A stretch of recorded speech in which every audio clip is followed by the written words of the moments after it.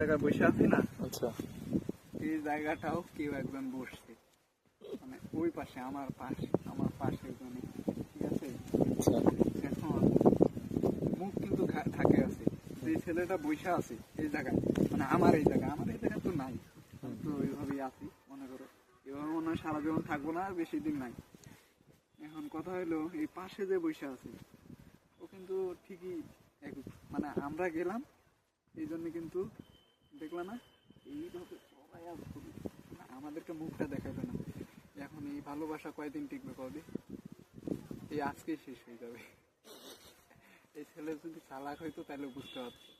ছেলে কিন্তু কইতেছে যে আমি, আমার সমস্যা নেই, তুমি মুখ দেখাইলে কি কি বলবে, আমরা দেখলে কি হয়েছে, আমরা কিন্তু দেখতেছি না, আমাদের এরকম নজরও না যে আমরা দেখতেছি।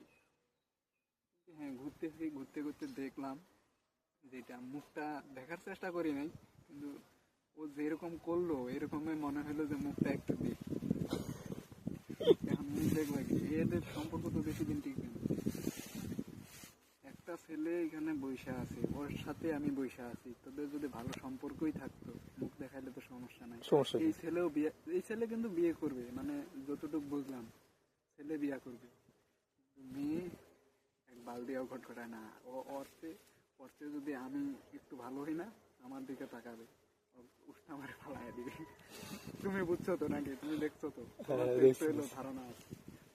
এখন শুনে নাকি, শুনলে শুনবে, আমাদের কি কোনো সমস্যা নেই, আমাদের এগুলাই কাজ করবা। ওইগুলা দেখো, ওই যে ফাঁকাগুলা দেখো।